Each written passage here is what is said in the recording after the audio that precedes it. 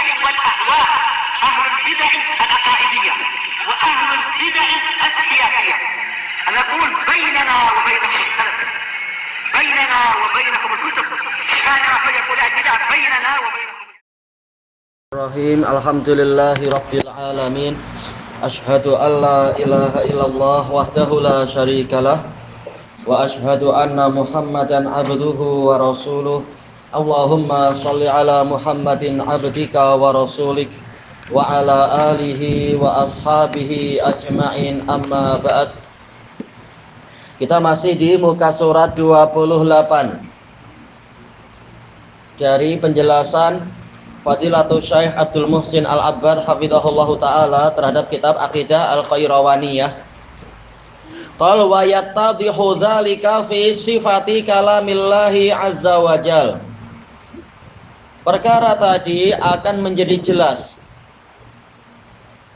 di dalam, yaitu tatkala membicarakan sifatul kalam milik Allah azza wa jal, untuk menjelaskan bahwasanya orang yang mengingkari sifat Allah, mereka sebenarnya telah menyerupakan Allah dengan makhluk. Dan orang yang menyerupakan Allah dengan makhluk, mereka hakikatnya mengingkari sifat Allah yang hakiki. Nah, bagaimana menjelaskannya? Kata beliau, fa innahum lam yatasawwaru min isbati anna Allah yatakallama biharfin wa saut.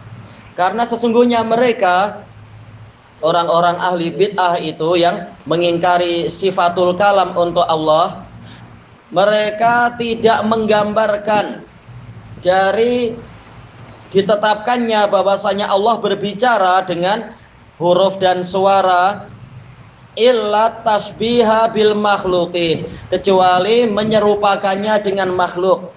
Tatkala dikatakan Allah berfirman, langsung yang mereka gambarkan yaitu seperti cara berbicaranya makhluk.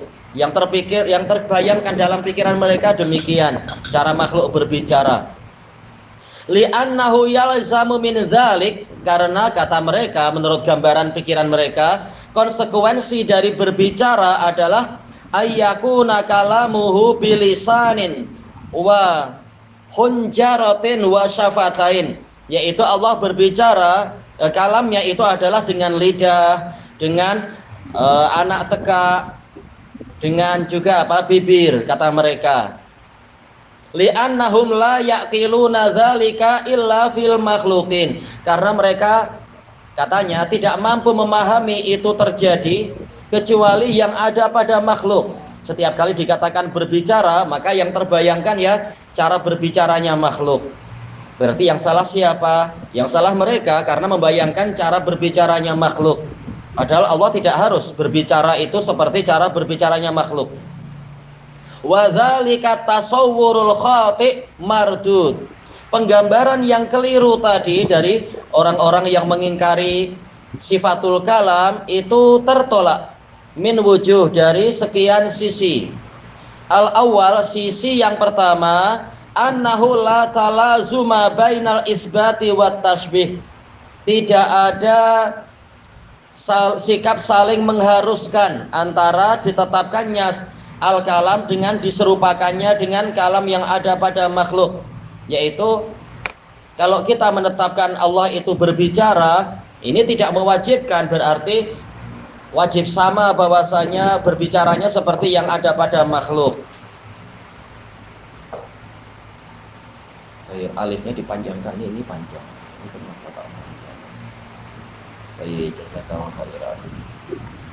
Kemudian fa innal isbat yakunu ma'at tasbih. Baik. Wa huwa batilun la syakka fi. Karena yang namanya penetapan yang disertai dengan penyerupaan, maka itu adalah batil. Tidak ada keraguan di dalamnya. Seperti apa? Kalau ditanyakan, engkau yakin Allah itu adakah? Tidak ada. Jelas dia akan mengatakan, oh ya Allah adalah. Kita katakan, apakah keberadaan Allah itu wajib sama dengan keberadaan makhluk? Oh ya tidak samalah. Seperti itu pula sifat kalam dan sifat-sifat yang lain. Sebagaimana keberadaan Allah tidak sama dengan keberadaan makhluk, demikian pula sifat-sifat yang lain pun seperti itu. Tidak wajib sama dengan yang ada pada makhluk. Keberadaan makhluk itu keberadaan yang diawali dengan adam, dengan ketiadaan, dan diakhiri dengan fana, kerusakan dan kehilangan. Sementara keberadaan Allah tanpa batas awal dan tanpa batas akhir, dan seterusnya. Jadi tidak sama. Walaupun sama-sama ada, tetapi jenis keberadaannya sudah lain. Maka sebagaimana keberadaan Allah itu tidak sama dengan keberadaan yang ada pada makhluk, demikian pula kalamullah tidak sama dengan pola kalam yang ada pada makhluk. Demikian pula sifat hidup, tidak wajib sama hidupnya Allah dengan hidupnya makhluk, dan seterusnya. Jadi tidak mewajibkan adanya keserupaan. Wa yakunu ma'at tanzih, jadilah penetapan sifat tadi disertai dengan tanzih, yaitu menyucikan sifat Allah dari keserupaan. Ya, tidak boleh sama. Bagaimana dikatakan sama? Allah Maha mendengar, kita mendengar, tapi memang lain. Pendengaran Allah tidak dibatasi oleh ruang dan waktu, sementara kita sangat dibatasi oleh berbagai macam perkara. Oleh ruang, oleh waktu, oleh kekuatan, oleh tergantung. Mungkin kalau telinga kita sedang banyak penghalang-penghalang, jadi semakin susah. Jadi lain, sama-sama mendengar tapi lain pola pendengarannya. Frekuensi pun sudah lain. Allah Ta'ala tidak terbatasi dengan frekuensi apapun. Kita dibatasi kan katanya, dan memang wajib dibatasi. Tak mungkin kita mampu mendengar yang di bawah 20 Hz atau di atas 20.000 Hz, jelas lain. Maka sama-sama punya sifat tapi ternyata lain. Kesimpulannya apa? Penetapan sifat tidak mewajibkan adanya keserupaan dengan yang ada pada makhluk. Demikian pula masalah kalamullah. Kama qala Allahu azza wa jal, sebagaimana yang difirmankan oleh Allah azza wa jal, laisa kamitslihi syai'un wa huwas samiul basir.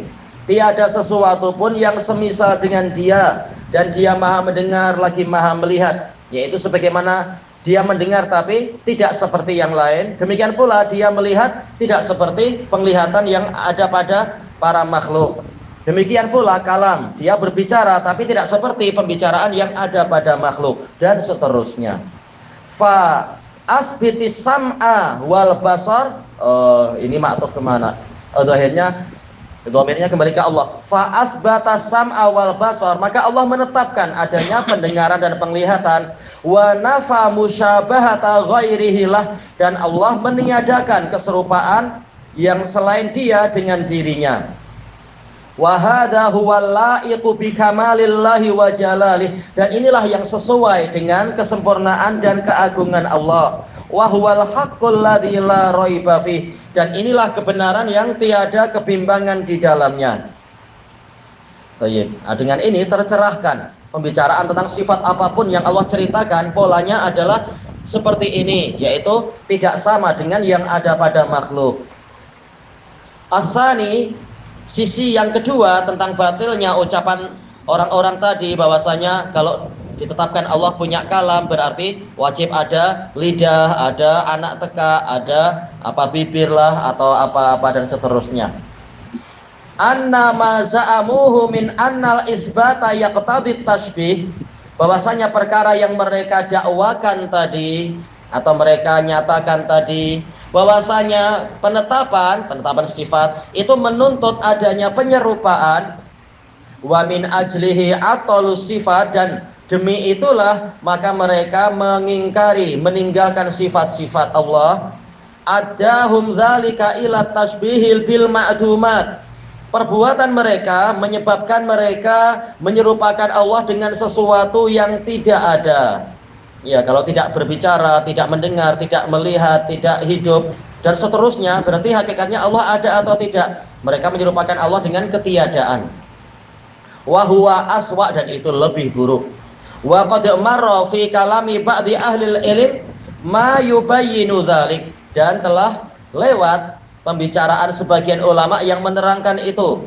Ucapan siapa itu? Hamad bin Zaid. Barang siapa mengatakan saya punya pohon kurma tetapi tak ada daun, tak ada pelepah, tak ada buah, tak ada batang, tak ada akar, berarti apa? Enggak ada pohon kurma engkau, Anda tak punya pokok kurma. Baik. La siyama ma azahu dzahabiyu ila, iya ini tadi ya, ila Hamad bin Zaid, terutamanya adalah ucapan yang dinisbatkan oleh Az-Zahabi kepada Hamad bin Zaid. Ya, ini sahih, diriwayatkan oleh Imam Al-Bukhari di dalam kitab beliau Khalqu Af'alil Ibad, kalam Hamad bin Zaid. Minat tamsili bin nakhlah, yaitu menyerupakan, mengumpamakan gambaran orang-orang Jahmiyah itu dengan apa? Pembicaraan tentang pohon kurma itu.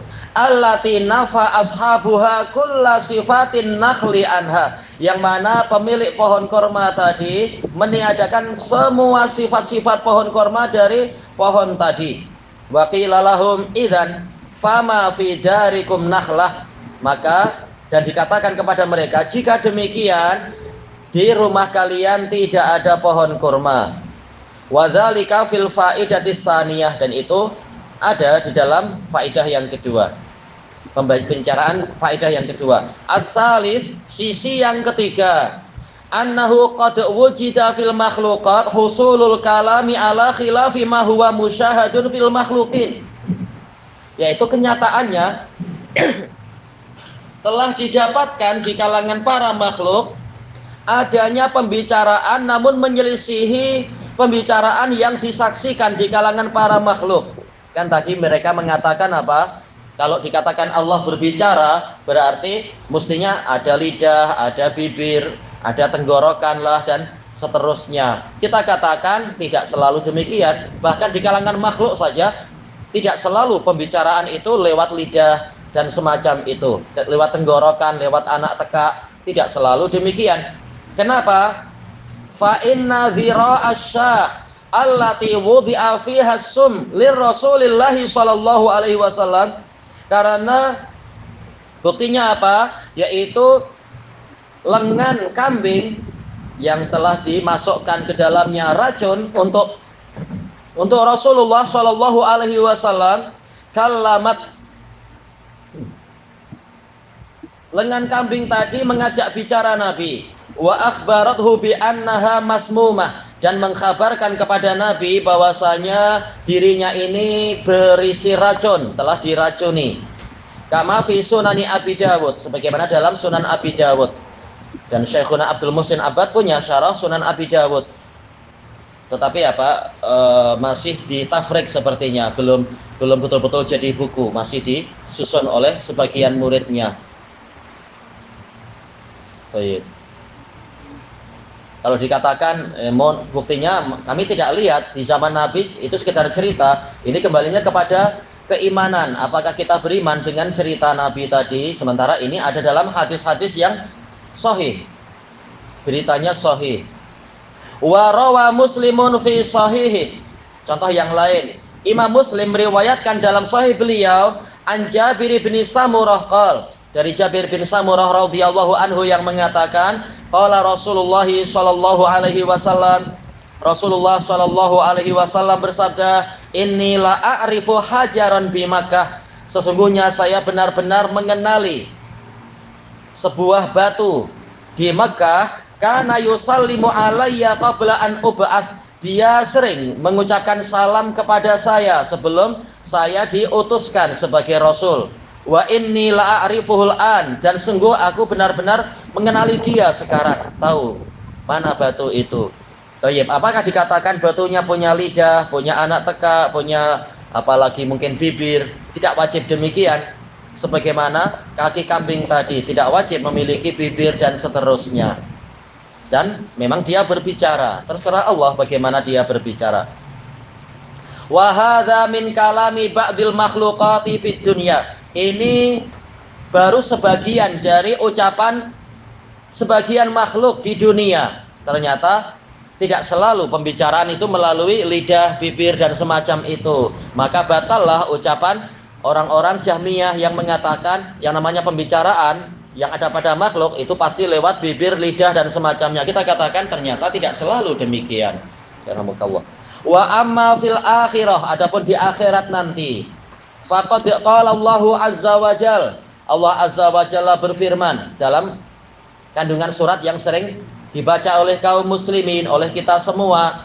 Yaitu apa? Dalam surat Yasin sendiri. Al-yauma nakhtimu ala afwahihim. Pada hari ini kami menutup mulut-mulut mereka. Wa tukallimuna aydihim, dan tangan-tangan mereka berbicara kepada kami. Padahal tangan tidak memiliki lidah, bibir, dan semacam itu. Wa tashhadu arjuluhum bima kanu yaksibun, dan kaki-kaki mereka bersaksi atas apa yang dahulunya mereka kerjakan. Menunjukkan pembicaraan tidak selalu dengan lidah dan gigi dan mulut dan semacamnya. Waqal, Allah Ta'ala berfirman dalam ayat yang lain dalam surat Fussilat, hatta idza ma ja'uha syahida 'alaihim sam'uhum wa absaruhum wa juluduhum bima kanu ya'malun. Sehingga apabila mereka mendatangi kami, bersaksilah atas mereka pendengaran mereka, penglihatan mereka, dan kulit-kulit mereka dengan apa yang dahulunya mereka lakukan. Ternyata pendengaran dan penglihatan bukan hanya berbicara dan mendengar, mereka juga akan bersaksi dan berbicara. Wallahul musta'an. Kulit-kulit juga berbicara. Wa qalu li juludihim lima syahidtum alaina. Mereka bertanya kepada kulit-kulit mereka sendiri, kenapa kalian bersaksi untuk merugikan kami? Bukan lana tapi alaina. Kalau lana mendukung kami, kalau alaina yaitu merugikan kami atau melawan kami. Qalu antaqanallahu alladzi antaqa kulla syai'. Maka kulit-kulit mereka menjawab, yang menjadikan kami berbicara adalah Allah, yang menjadikan segala sesuatu itu mampu berbicara. Wa huwa khalaqakum awwala marrah, dan dialah yang menciptakan kalian pada kali yang pertama. Sebagaimana dia mampu menciptakan kita, ada lidah, ada bibir, mampu juga untuk menciptakan dengan pola yang terserah dia. Wa ilaihi turja'un, dan hanya kepadanya lah kalian itu dikembalikan. Thayyib. Afa yuqal, maka apakah dikatakan inna kalama dzira'i wal hajari wal aidi wal arjul la yakunu illa bilisanin wa syafatain? Sesungguhnya pembicaraan lengan kambing tadi itu, dan juga pembicaraan batu, pembicaraan tangan, pembicaraan kaki tidak terbentuk kecuali dengan lidah dan dua bibir. Tentunya tidak demikian.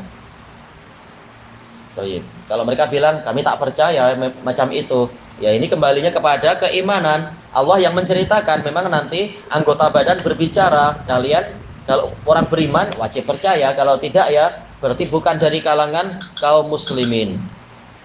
Wa idza kanat hadhil makhluqat wujida minhal kalam, dan apabila makhluk-makhluk tadi itu telah didapatkan dari mereka pembicaraan ala wajhin yukhalifu ma huwa musyahadun fil makhluqat, dalam bentuk yang menyelisihi apa yang disaksikan pada para makhluk fil makhluqin, fa innahu yajibu isbatil kalami lillahi azza wajal, maka wajib untuk kita menetapkan kalam bagi Allah azza wajal ala wajhin yaliqu bikamalihi wa jalalih, dalam bentuk yang sesuai dengan kesempurnaan Allah dan keagungannya, tidak wajib dengan apa yang ada pada makhluk. Sekarang aja mungkin kan ada makhluk yang tak punya lidah tapi mampu bicara. Itu handphone tuh pandai bernyanyi dia itu, padahal tak punya lidah, tak punya bibir. Ternyata boleh dia itu bahkan mencaci maki, naudzubillah. Duna ayyakuna musyabihan li ahadin min khalqih, tanpa Allah itu menyerupai satu makhluk pun, satu zat pun dari para makhluknya. Wa bihadza yatabayyanu annal mu'attilah jama'u baina ta'tili wat tasbih. Sepertinya kurang wawu ya. Dan dengan ini menjadi jelaslah bahwasanya mu'attilah, orang-orang yang mengingkari sifat, mereka menggabungkan antara pengingkaran sifat dan penyerupaan. Mereka sendiri apa? Menyerupakan Allah, menggambarkan kalau kalam berarti kalam yang ada pada makhluk. Mereka lah yang sebenarnya menyerupakan Allah dengan makhluk. Kemudian mereka mengingkarinya. Sebelum masuk ke pengingkaran, mereka yang jatuh ke dalam penyerupaan. Di samping apa? Mereka menyerupakan Allah dengan makdumat, sesuatu yang tidak ada. Kalau tidak punya sifat berarti tak ada itu ya. Wa amal musyabbihah, adapun kelompok kedua yang memang terang-terangan menyerupakan Allah dengan makhluk, fa innahum asbatu sifati lillahi azza wajal, maka sesungguhnya mereka memang menetapkan sifat-sifat untuk Allah azza wajal, tapi dengan pola ekstrim, berlebihan. Lakin ja'aluhu fiha musyabihan lil makhluqat, akan tetapi mereka menjadikan Allah di dalam sifat-sifatnya tadi itu menyerupai para makhluk. Baik. Seperti ucapan Muqatil bin Sulaiman, apa itu? Asbatu lillahi kullama fil insan ghaira alihyati wal faraj, kata dia. Saya menetapkan untuk Allah semua yang ada pada manusia kecuali janggut dan kemaluan, kata dia. Berarti apa? Memang menyerupakan Allah dengan makhluk, semuanya disamakan kecuali yang dia perkecualikan. Nah, dia dikafirkan oleh para ulama, menyerupakan mata Allah sama dengan mata makhluk, tangan Allah sama dengan tangan makhluk. Naudzubillah, tangan makhluk lemah, tak mampu mengangkat apalah benda yang bertantan, sementara Allah mampu mengangkat langit dan bumi. Gimana akan disamakan? Waqad adhafu ila kaunihim musyabbihatan at-ta'til, dan mereka telah menggabungkan kepada keadaan mereka sebagai orang yang menyerupakan Allah dengan makhluk. Mereka menggabungkan ke situ apalagi ta'til, yaitu pengingkaran. Bagaimana kita mengatakan mereka menyerupakan Allah dengan makhluk, namun mereka juga orang yang mengingkari sifat. Wa dzalika annahum lam yusbitu sifat, sebabnya adalah karena mereka tidak menetapkan sifat-sifat ala wajhin yaliqu billahi azza wajal, dalam bentuk yang sesuai, dalam pola yang sesuai dengan Allah azza wajal. Memang mereka menetapkan Allah punya penglihatan, tapi apa? Mereka mengatakan penglihatan Allah sama dengan penglihatan makhluk. Berarti hakikatnya mereka mengingkari Allah memiliki penglihatan yang sesuai dengan kesempurnaannya. Wa bidzalika kanu mu'attilah, dan dengan itulah kelompok yang menyerupakan Allah dengan makhluk, hakikatnya mereka juga mengingkari sifat, yaitu sifat yang menjadi haknya Allah. Baik. Memang ini pembahasannya jadi agak mendalam ya. Wallahul musta'an. Syarah beliau agak mendalam. Al-faidatus sabi'ah, faidah yang ketujuh, mutakallimun yadhummuna ilmal kalam wa yudhirunal hayrata wan nadam. Para ahli kalam sendiri, mereka yang pakar-pakarnya yang sudah mencapai level yang paling tinggi, mereka sendiri mencela ilmu kalam. Ya, setelah belajar tinggi-tinggi akhirnya mencela ilmu itu, membuang waktu katanya, menyia-nyiakan umur. Dan mereka menampakkan kebingungan dan penyesalan bagi yang telah belajar sampai ke level paling tinggi, tahu-tahu menyesal. Aqidatu ahli sunnati wa jamaah mabniyatun alad dalil. Ini teori, tapi wajib diikutilah teori itu dan diamalkan. Akidah Ahlus Sunnah wal Jamaah dibangun di atas dalil, dan memang itu kita wajib mengikuti Al-Qur'an was Sunnah dengan pemahaman salaful ummah, tidak ada harga yang lain. Min kitabillahi azza wajal, yaitu dalil dari kitabullah azza wajal, wa sunnati rasulihi sallallahu alaihi wasallam, dan sunnah rasulnya sallallahu alaihi wasallam, wa ma kana alaihi sahabatuhul kiram, dan ajaran yang dahulunya para sahabat beliau yang mulia radhiyallahu anhum wa ardhahum ada di atasnya. Sudah, memang inilah jalan yang betul. Ini yang dijamin oleh Allah dan Rasulnya. Adapun akidah orang sekarang atau pembelajaran orang sekarang, bimbingan orang sekarang tidak dijamin bahwasanya dia itu selamat dan dia itu benar. Tayyib. Makanya semuanya kalau ada perselisihan kembalikan kepada tiga prinsip ini, Quran was Sunnah dengan ajaran salaful ummah, selesai. Tayyib. Fahiya safiyatun natiyah, maka akidah yang inilah akidah yang bersih, yang jernih dan bersih, tanpa campuran-campuran yang membuat bingung. Wadhihatun jaliyah, jelas dan terang karena dibangun di atas wahyu, bukan ra'yu yang tahun ini begini, tahun besok ternyata kalamnya berubah, tahun ini pendapatnya lain, tahun besok ternyata rujuk. Itu tidak demikian. Akidah salaf tidak seperti itu, ajaran Allah tidak seperti itu. Maka bagaimana yang berubah-ubah menjadi rujukan, ini memaksakan yang tidak sesuai dengan dalil-dalil. Laisa fiha ghumudun wala ta'qid. Tidak ada di dalam akidah Ahlus Sunnah wal Jamaah itu kerancuan, dan takkid, yaitu pembentukan akidah yang baru. Ya, kita tak susah payah buat rumusan akidah baru. Akidahnya diambil dari Quran wa Sunnah dengan penjelasan pendahulu umat ini, selesai. Karena pendahulu umat ini murid Nabi Muhammad, 3 generasi pertama, inilah yang dijamin kebenarannya. Yang setelah itu tidak dijamin. Tayyib bi khilafi ghairihim, berbeza dengan yang selain ahlu sunnah wa jamaah, alladzina awwalu alal uqul, yang mana mereka bersandar pada akal. Walaupun banyak dari mereka mengatakan, tak, kami ada dalil. Sekarang yang penting buktinya, bukan sekedar mengklaim ada dalil. Yang penting buktinya. Kalau tidak, berarti apa? Memang pakai akal lagi.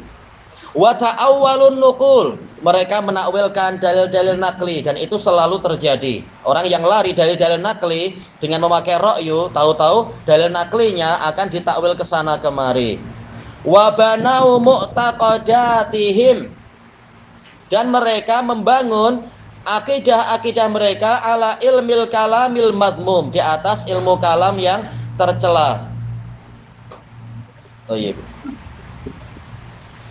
Alladzina bayyana ahluhu, alladzina betulu bih, yang mana para ahli kalam sendiri yang mereka terkena bencana dengan ilmu kalam tadi, mereka telah menerangkan ma fihi min adrar, mereka telah menerangkan bahaya dari ilmu kalam sendiri. Seperti bahkan apa? Abu Hamid Al-Ghazali rahimahullah, yang menjadi ulama ahli kalam, tahu-tahu setelah sadar menulis kitab apa itu? Iljamul Awam an Ta'allumi Ilmil Kalam. Ya, menahan orang awam jangan sampai belajar ilmu kalam, karena memang tahu ini membahayakan, membuat orang bingung. Tayyib. Wa nadimu ala ma hasala minhum, dan mereka menyesal atas apa yang terjadi dari mereka. Min syughlil awqat, yaitu menyibukkan waktu-waktu mereka fihi, dalam ilmu kalam, min ghairi ayat faru, dhafira yatfaru ya, min ghairi ayat faru bita'il, tanpa berjaya mendapatkan sesuatu yang berguna. Iya, kalau belajar lama-lama ujung-ujungnya mengatakan Allah tidak di dalam alam, tidak di luar alam, tidak bersentuhan dengan alam, tapi juga tidak terpisah dari alam. Lalu apa itu? Bingung kita. Allah bukan ada, bukan pula tiada. Lalu apa? Akidah apa seperti ini? Baik. Makanya mereka sendiri bingung, karena ternyata tidak ada gunanya dan tidak ada hasil apa-apa selain kebingungan. Hakikatnya berarti Allah itu ada atau tidak? Tak boleh dikatakan ada, tak boleh dikatakan tiada, kata dia. Gimana akidah membayangkan akidah yang seperti itu? Wala yasilu wala ayyasilu ilahak, dan mereka tidak sampai kepada kebenaran. Sementara Allah Ta'ala mengatakan al-haqqu mir rabbika fala takunanna minal mumtarin. Kebenaran itu datang dari Rabbmu, maka jangan sekali-kali engkau termasuk dari orang yang meragukan. Baik. Bagaimana kita tahu suatu kebenaran itu dari Allah? Ya, kembalikan ke dalil. Karena Allah telah mengirimkan dalil-dalil sebagai tolak ukur kebenaran, sebagai timbangan kebenaran. Ya, kembalikan ke dalil. Wa fi nihayati amrihim saru ilal hayrati wan nadam. Dan di ujung akhir urusan mereka, para ahli kalam, yaitu jadilah mereka kepada kebingungan dan penyesalan. Faminhum man wuffiqa li tarkih, maka ada dari mereka yang diberi taufik untuk meninggalkannya. Seperti apa? Abu Hamid Al-Ghazali tadi, demikian pula Asy-Syahrastani di akhir hayatnya, begitu pula Al-Juwainil Kabir, Al-Juwaini Shaghir, kemudian juga Fakhruddin Ar-Razi, dan seterusnya. Wattiba'i thariqatis salaf, diberi taufik untuk kembali mengikuti jalan salaf, seperti juga apa Imam As-Sun'ani dan Imam Asy-Syaukani. Setelah sebelumnya sibuk dengan ilmu kalam. Thayyib. Dan sebelum mereka berdua, yaitu Imam Ibnul Wazir Al-Yamani. Wa jaa'a anhum aibu ilmil kalam wa dhammuh, dan telah datang riwayat dari mereka yang memburuk-burukkan ilmu kalam dan mencela ilmu kalam. Fa Abu Hamid Al-Ghazali, disebutkan di sini. Contohnya Abu Hamid Al-Ghazali, namanya siapa ya? Muhammad bin Muhammad. Masya Allah. Abu Hamid Al-Ghazali rahimahullah minal mutakallimina fi ilmil kalam, minal mutamakkinina fi ilmil kalam, termasuk orang yang mantap dalam ilmu kalam. Setelah itu menyesal sendiri, tahu ilmu ini penyakitnya ternyata parah. Wa ma'adzalika faqad jaa'a anhu dhammuh, bersamaan dengan itu telah datang riwayat dari beliau yang mencela ilmu kalam. Bal wal mubalaghatu fi dhammih, bahkan bersungguh-sungguh beliau di dalam mencela ilmu kalam. Ya, mengarang kitab Apa itu? Tahafutul falasifah, keruntuhan falasifah. Baik. Wala yunabbi'uka mithlu khabir. Tidak ada yang mampu mengabarkan kepada Anda seperti orang yang tahu masalah itu. Baik. Sekarang yang jadi saksi siapa? Pakarnya sendiri bersaksi ilmu kalam ini ilmu yang merugikan. Baik. Ja'a dzalika anhu fi kitabihi Ihya'i Ulumuddin. Datang darinya kalimat darinya dalam kitab Ihya Ulumuddin sendiri. Haitsu bayyana dararahu wa khatarah, yang mana dia telah menerangkan bahayanya, sama ya, khatar bahaya yang besar dari ilmu kalam. Tapi orang ikut kitab ini tapi peringatan tentang bahaya ilmu kalam enggak dipakai. Faqal, maka dia mengatakan amma madarratuhu fa isaratu syubuhat. Adapun bahaya ilmu kalam adalah mengobarkan syubhat, menebarkan. Isarah yaitu seperti apa? Kalau kita menggerakkan, mengusik pasir, mengusik debu, debu berterbangan, itu namanya isarah. Syubhat yaitu kerancuan. Wa tahrikul aqaid, dan menggerakkan akidah-akidah yaitu goncang. Mestinya akidah ini akar yang paling kukuh. Fikih mungkin masih goncang. Mengusap khuf, kalau khufnya double itu bagaimana polanya? Nah, itu mungkin orang masih goncang. Masalah kunut gimana? Mungkin orang masih goncang karena ya mungkin boleh kot, atau mungkin hadisnya ternyata dhaif, akhirnya berubah pendapat. Ini mungkin. Tapi akidah gimana? Akar pun goncang juga gara-gara ilmu kalam. Lalu apa yang tersisa kalau semuanya goncang dari akar sampai ke ujung daun pun goncang? Ini memalukan. Agama macam apa kalau masih goncang macam itu? Wa izalatuha anil jazmi wat tasmim, dan menghilangkan akidah tadi dari kepastian dan kepastian, sama ya, jazm kepastian, tasmim juga kepastian, menyebabkan orang jadi ragu. Sampai dari ilmu kalam itu terbentuk akidah apa? Sufsatoiyah. Orang-orang sufsatoiyah yaitu mengatakan segala sesuatu tidak ada hakikatnya, kata dia. Mengatakan Anda yang saya ajak bicara sekarang ini, setelah saya selesai bicara itu bukan Anda lagi, katanya. Gimana kita membayangkan? Berarti apa? Orang yang kita nikahi semenit lagi bukan istri kita itu, katanya. Karena setiap saat manusia itu selalu berubah. Ini membuat orang bingung. Katanya apa? Seperti sungai, kita menunjuk oh itu adalah sungai Korok. Padahal air yang kita tunjuk dia sudah pergi ke sana. Yang kita tunjuk sudah lain. Kita katakan sama aja lah. Tetap walaupun airnya lain, sungai Korok juga. Tapi mereka tidak demikian, katanya. Na'udzubillah, ini jelas membingungkan, sangat membingungkan. Ini hasil dari ilmu kalam, terbentuk akidah sufsatoiyah, sebagaimana dijelaskan panjang lebar oleh Al-Hafidz Ibnul Jauzi dalam kitab beliau Talbis Iblis. Ini membingungkan orang. Tayyib fadzalika mimma yahsulu fil ibtida. Maka itu termasuk yang dihasilkan di awal-awal belajar ilmu kalam. Ya serba bingung setelah itu. Wa ruju'uha bidalili maskukun fih, kembalinya akidah itu kepada dengan suatu dalil ini masih diragukan karena orang masih ragu, betulkah dalil ini bicara tentang ini, jangan-jangan bicara tentang yang lain. Segalanya menjadi serba apa? Tidak jelas. Wa yakhtalifu fihil ashkhas, masing-masing orang berselisih. Iya, masing-masing sebagaimana dia boleh menetapkan, saya juga boleh. Anda boleh memiliki pemikiran, kenapa saya tidak boleh? Anda tak boleh saya paksa, kenapa Anda paksa saya juga? Akhirnya memang serba membingungkan. Lalu tolak ukurnya apa? Patokan kebenaran lalu apa? Tidak jelas segalanya. Fahadha dararuhu fil i'tiqadil haq. Inilah bahaya ilmu kalam dalam akidah yang benar. Walahu dararun akhar, dan dia memiliki bahaya yang lain fi ta'kid i'tiqadil mubtadi'ati lil bid'ah, yaitu menguatkan akidah mubtadi'ah kepada suatu kebid'ahan. Semakin membuat orang bingung karena apa? Seorang mubtadi' karena terbiasa dengan ilmu kalam, dia akan mampu bersilat lidah, membuat orang awam jadi bingung. Oh iya juga ya, oh iya. Padahal sebenarnya kebenaran telah jelas, ini suatu kebatilan. Tapi dengan ilmu kalam, orang boleh pemikirannya itu disihir. Sebagaimana dijelaskan oleh sebagian ulama. Ini pernah nukilkan cerita itu. Ada seorang bapak tua di Arab sana, anaknya pulang. Anaknya sudah mendapatkan gelar master dalam ilmu kalam. Lalu ayahnya tanya, "Nak, engkau belajar apa?" "Oh, saya belajar ilmu kalam." Ayahnya tanya, "Ilmu kalam itu macam mana?" Maka dia mengatakan, "Ini adalah ilmu yang hebat. dengan ilmu ini saya mampu untuk mengatakan batu yang satu itu dua. Dan sesuatu yang dia itu kayu, sebenarnya dia adalah air dengan ilmu kalam. Nah, bapaknya gimana cara menjelaskan ke anak seperti ini? Susah. Akhirnya sudah pakai cara biasa saja, cara yang paling mendasar. Tatkala tiba giliran makan, ada seekor ayam. Nah, bapaknya kemudian langsung mengambil semua ayamnya. Anaknya tanya, ayah, saya nak ayam juga lah. Ayahnya bilang, pakai ilmu kalam untuk membayangkan engkau juga punya ayam.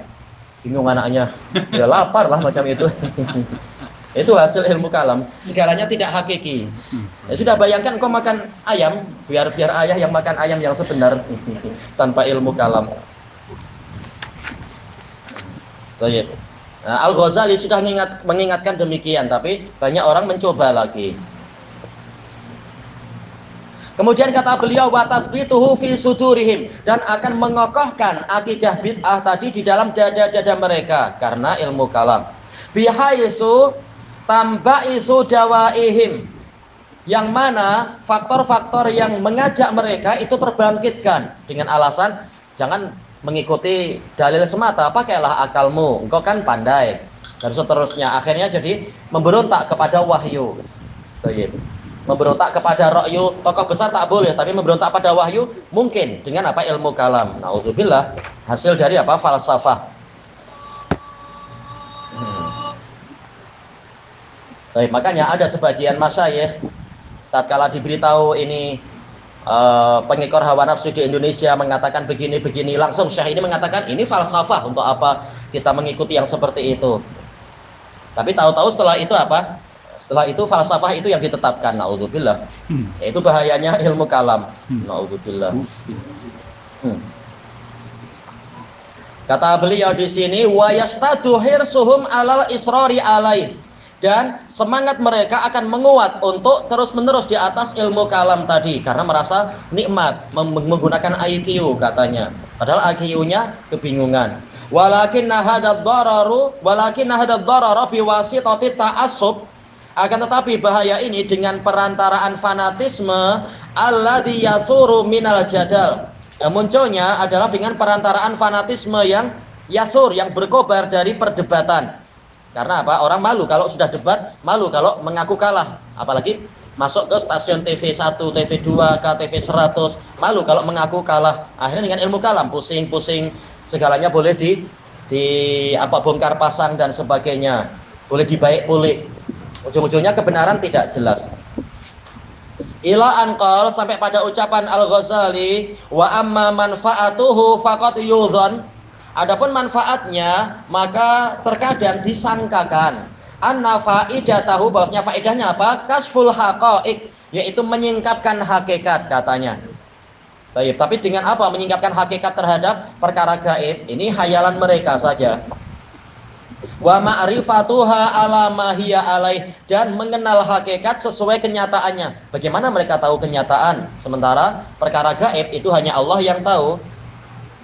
Wahaiha, dan itu jauh sekali dari kenyataannya, kata Al-Ghazali. Jadi beliau membantah sendiri. Falaisa fil kalam wafa'un bihadzal matlabis syarif. Tidak ada dalam ilmu kalam wafa, yaitu penunaian dengan tuntutan yang mulia ini. Ya, janjinya begitu, tapi prakteknya tidak akan mampu menyingkapkan apapun yang hakiki kalau terkait dengan ilmu, kalau terkait dengan perkara gaib. Adapun kalau ilmu kalam, ilmu filsafat dikaitkan dengan masalah pembahasan matematika mungkin, atau pembahasan apa istilahnya ya, perkara fisika, perkara chemistry, itu mungkin karena ini ilmu yang terkait dengan makhluk. Tapi terkait dengan perkara wahyu, terkait dengan masalah gaib, maka ini di luar kemampuan ra'yu dan akal. Kata beliau, wala alat tahbito wa tadlila fihi aksar, boleh jadi tahbit, yaitu membuat orang melanggar-langgar tanpa mengetahui, ya asal melanggar apapun, menabrak-nabrak. Asal dari tahbit itu adalah berjalan melanggar tanpa mengetahui karena matanya rabun, ini tahbit. Wa tadlil, membuat orang jadi tersesat, fihi aksar, itu lebih banyak lagi, minal kasfi wa ta'rif, daripada menyingkapkan dan mengetahui. Ya, bukan tersingkap ilmunya, malah semakin samar. Bukan semakin mengenal, malah semakin tidak kenal Allah. Itu hasil dari ilmu kalam. Baik. Wa hadza idza sami'tahu min muhaddis au hasyawi. Ini apabila Anda mendengarnya dari seorang muhaddis, orang yang belajar ilmu kalam sering meremehkan muhaddis, dikatakan muhaddis ini hasyawi aja, orang tepi-tepi yang tidak belajar hakikat kata mereka. Au hasyawi, orang tepi mengetahui Islam hanya bagian tepi saja, itu istilah hasyawi, tepi-tepian. Rubbama khatara bibalik, boleh jadi akan terbayangkan di dalam pikiranmu annanna sa'ada'u ma jahilu, bahwasanya umat manusia adalah musuh bagi apa yang tidak mereka ketahui, dan itu betul. Yaitu memang ini adalah pepatah Arab. Apa itu? Man jahula syai'an ada. Orang yang tidak tahu sesuatu dia akan cenderung memusuhinya, padahal dia yang belum belajar. Tapi apa? Ilmu yang hakiki yang datang dari Allah dan Rasulnya, ilmu kalam, kalau kita tidak belajar tetap kita tidak jahil, itu insya Allah. Ilmu kalam adalah tajhil itu sendiri. Cuma kita cari titik yang sesuai mana ini ya.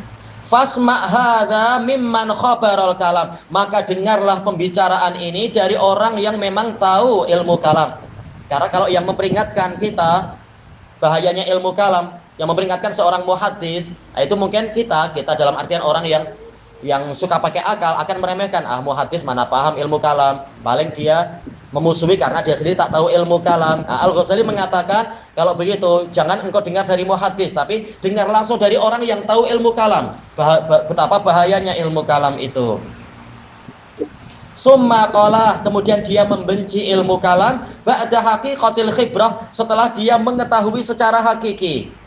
Inilah yang layak ucapannya apa? Diterima. Bukan berarti ucapan muhaddis ditolak. Tapi apa? Kalau ucapan muhaddis tetap kalian tidak percaya, nih, pakar ilmu kalam sendiri sudah mengakui bahayanya ilmu kalam. Wa ba'da taghalghuli fi, setelah dia berkecimpung di dalam ilmu kalam, ila muntaha darajatil mutakallimin, sampai ke muncak dari derajat ahli kalam. Wa jawaza dzalika ila ta'ammuq, dan dia melampaui itu kepada sikap berdalam-dalam fi ulumin ukhar, dalam ilmu-ilmu yang lain, tunasibunau al-kalam, yang sesuai dengan jenis ilmu kalam. Baik. Ini bahasanya agak panjang ya. Wa tahaqqaqa, dan dia telah memastikan anna tariqa ila haqaiqil ma'rifah, bahwasanya jalan menuju kepada hakikat-hakikat pengetahuan min hadzal wajh, dari sisi ini masdud, justru tertutup. Iya, walaupun sudah belajar ilmu kalam untuk mengenal Allah, ternyata memang tidak kenal Allah setelah itu. Baik, sebagaimana ucapan banyak ahli kalam mengatakan di akhir kalamnya, ternyata saya tidak kenal Allah setelah belajar ilmu kalam. Jadi kebingungan. Katanya Allah itu adalah sesuatu yang hak, dan sesuatu yang hak itu memerlukan pendukung untuk memperkenalkan dia, karena kenyataannya Allah tidak ada. Berarti hakikatnya Allah itu maha kaya atau Allah itu tergantung pada yang lain? Oh, berarti memang saya tak kenal Allah. Inilah hasil dari ilmu kalam. Makanya yang betul, tanpa ada dalil pendukung pun Allah tetap Allah, Allah tetap hak. Baik. Dia memperkenalkan dirinya sekehendak dia tanpa dia perlu kepada alam semesta. Tidak seperti ucapan ahli kalam, Allah perlu kepada makhluk agar apa? Allah dikenal orang. Kalau tidak ada makhluk, Allah tak dikenal, kata dia. Ini jahilnya ahli kalam. Wala amri, demi umur saya, ini sekedar istilah orang Arab aja ya, menggunakan istilah la amri. Demi kehidupan saya, la yang fakul kalam an kasfin wa ta'rifin wa idah. Memang yang namanya ilmu kalam itu tidak lepas dari usaha menyingkapkan sesuatu, memperkenalkan sesuatu, menjelaskan li ba'dil umur, menjelaskan sebagian perkara, hanya sebagian saja. Walakin alan nuduri fi umurin jaliyah, akan tetapi itu jarang didapatkan dalam perkara-perkara yang jelas. Iya, malah orang jadi bingung. Seperti kata Syekhul Islam, kalau ditanya mana telingamu, telinga kanan, langsung orang menunjuk, ini telinga kanan saya. Tapi kalau ilmu kalam dia akan pusing dulu, tangannya itu berpusing ke belakang, ke depan, baru sampai oh inilah telinga kanan saya, setelah pusing-pusing. Nah, itu ilmu kalam. Memperkenalkan rububiyah Allah itu perlu dengan apa? Pendekatan sekian sisi. Baru kemudian dengan ini diketahuilah Allah memang Rabbul Alamin. Ini terlalu pelik, terlalu panjang sekali. Ujung-ujungnya sekedar tauhid rububiyah, tauhid uluhiyah masih belum sampai lagi. Inilah kata Al-Ghazali sendiri memang ilmu kalam mampu menjelaskan beberapa perkara, tetapi untuk perkara yang jelas malah jarang didapatkan itu. Jarang berjaya perkara yang sudah jelas. Takadu tafhamu qabla ta'ammuk, yang mana perkara ini hampir-hampir Anda sudah memahaminya sebelum Anda berdalam-dalam. Seperti masalah Allah sebagai Tuhan, tak perlu kita belajar ilmu kalam, orang awam pun tahu Allah adalah Tuhan, istilah mudahnya. Fisin atil kalam, sebelum orang itu berdalam-dalam di dalam pembicaraan ilmu kalam, di dalam pembuatan ilmu kalam. Berarti apa? Memang meletih, ujung-ujungnya tak ada gunanya itu. Selesai dari penjelasan Al-Ghazali. Ilahuna wallahu a'lam. Subhanakallahumma wa bihamdika la ilaha illa anta astaghfiruka wa atubu ilaik.